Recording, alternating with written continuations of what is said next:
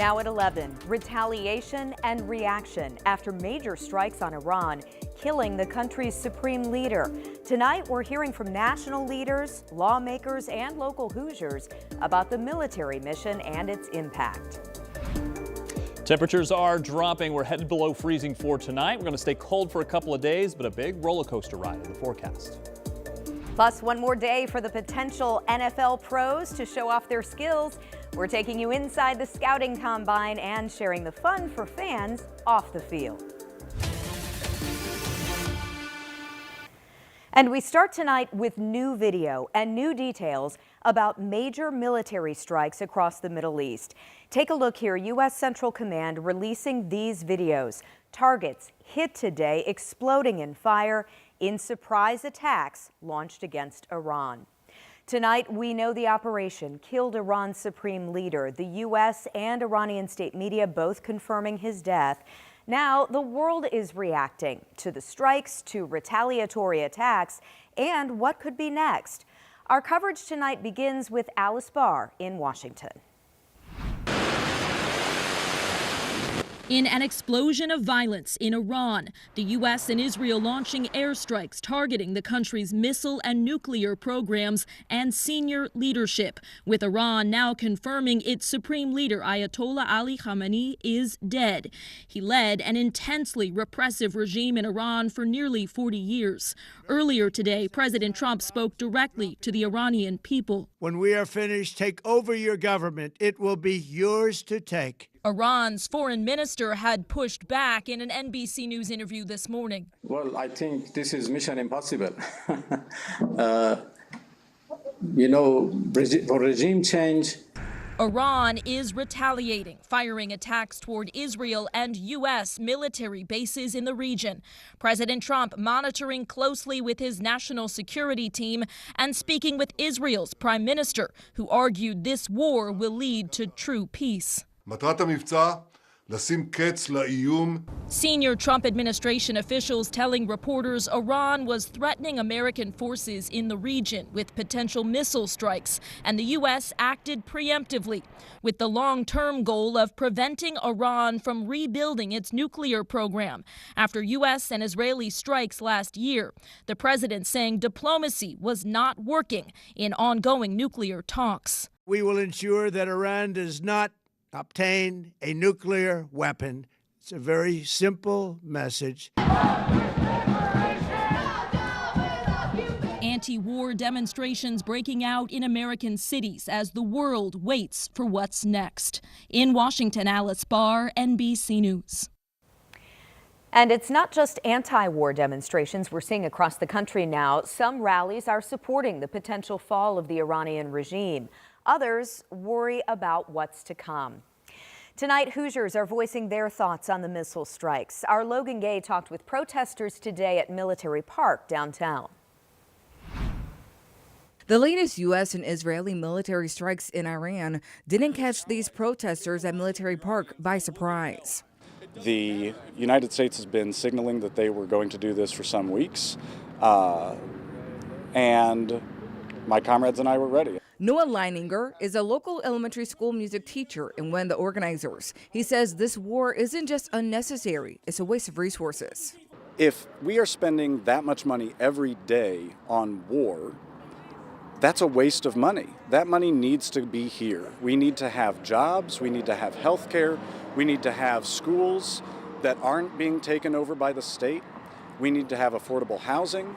And all of that is possible if that money is redirected away from war and to the very real and unmet needs of the people in the United States.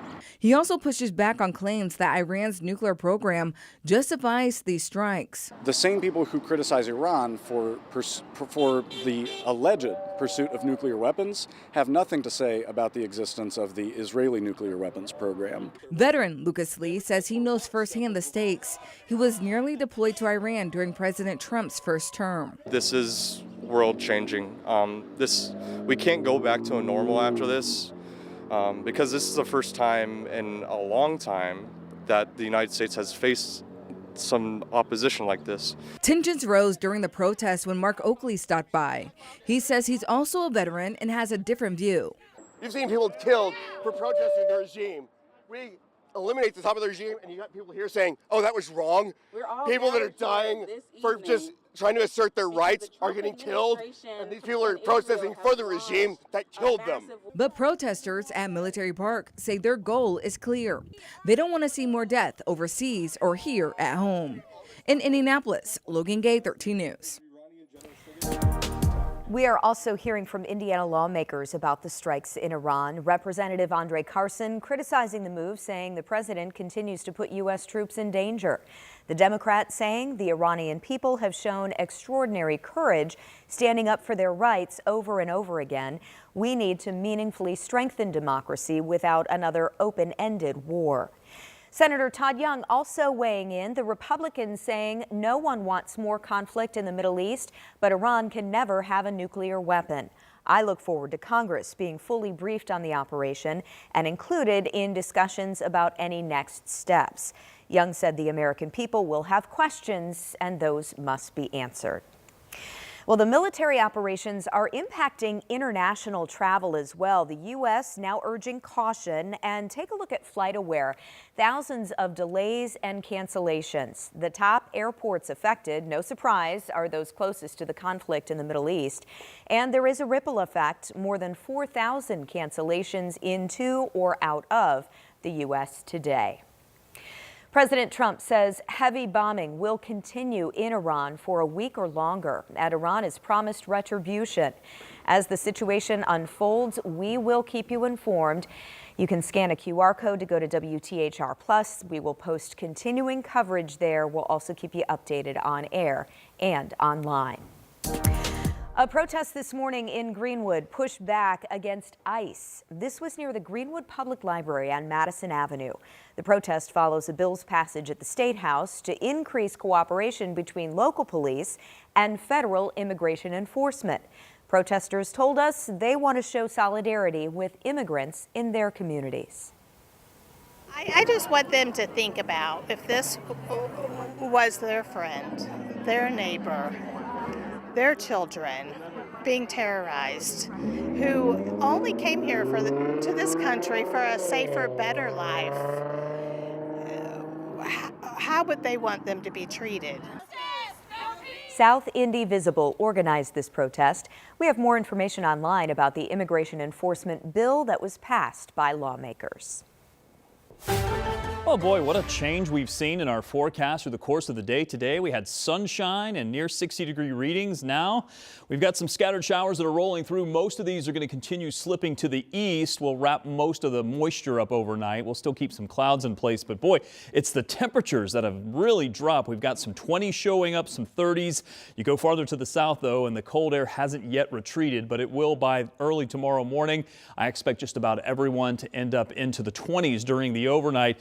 There is a chance some of this could change over to a little bit of snow before we all wrap this up. However, I think we'll keep some clouds in the forecast for tomorrow, maybe even the possibility of a few isolated flurries through the afternoon as we get into your Sunday. So overnight tonight, below freezing for most locations, but just barely in a couple of spots. And then tomorrow, not much of a warm up, seeing the temperatures just kind of ease their way up into the upper 30s. So a significantly colder day.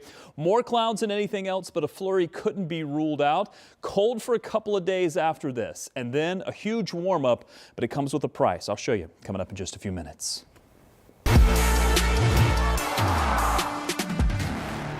The NFL Combine in Indy ends tomorrow. It's the last day for players to impress the scouts, all in hopes of getting drafted. Well, we heard from one Hoosier today who hopes to go pro.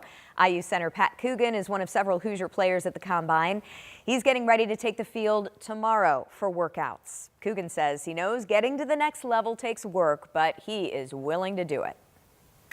I've been through it all. I know what it takes. I know the sacrifices that you have to make, and certainly the level of competition and, you know, the strength of these guys only rises. So as I continue to climb the ladder, like, so does my play and so does my strength and everything like that. So it's just a continual work that I have to put in and continual growth to perform at the best level. It's meant everything. Again, he'll hit the field on Sunday to show off his skills. And while NFL prospects try to impress the scouts inside Lucas Oil Stadium, Fans are getting in on the action outside. Check it out. The fan experience continues tomorrow. This is where you can try out your skills in some of the same workouts as the players, from the 40-yard dash to the vertical jump. And with so many IU players at the Combine this year, more local fans are here too. We've been coming for 3 or 4 years now. It's just fun to see the players and the college players and a lot of local Hoosier players this year. Activities at the fan experience open tomorrow at 11 a.m. and it'll be back for the next few years. The NFL Combine will be held in Indy through 2028.